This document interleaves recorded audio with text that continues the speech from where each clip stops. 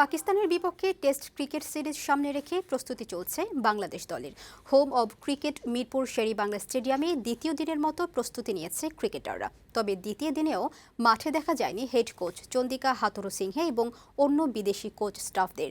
অনুশীলনে ব্যাটিং উন্নতিতে বাড়তি মনোযোগ দিয়েছেন ক্রিকেটাররা।